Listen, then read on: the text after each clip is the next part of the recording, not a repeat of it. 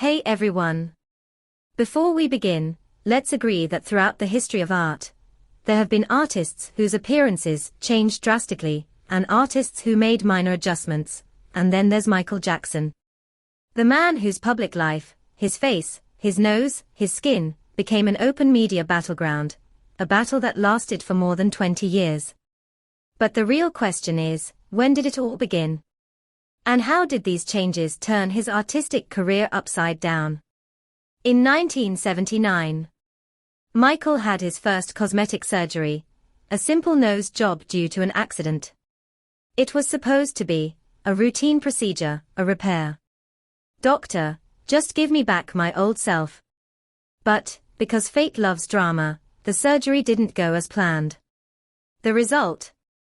Michael entered a whirlwind of attempts to fix the surgery, and that was the real beginning of his long journey with cosmetic procedures. And that's when the media kicked in.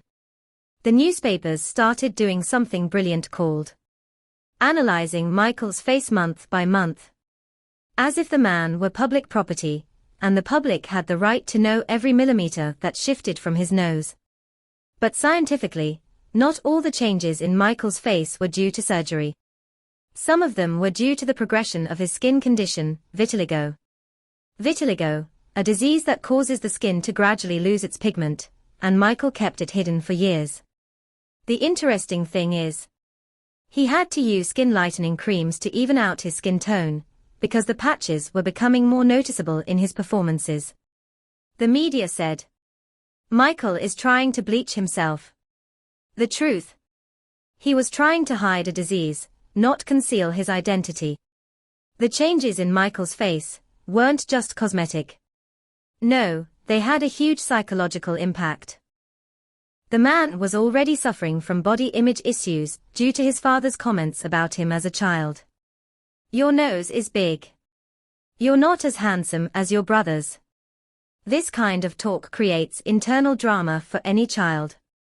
Over time, Michael began to enter a stage of persona. The mask he literally wore. Glasses, face masks, hair covering half his face. As if he were saying to the world, you're going to talk about my face. You won't see it. The strange thing is, this cosmetic surgery journey affected his art itself. How? The style of his music videos changed. Michael started preferring dim lighting, angles that kept his nose away, and using dangerous ghosts masks. The tours were delayed. The treatment periods between surgeries were affecting his health, and consequently, his tours.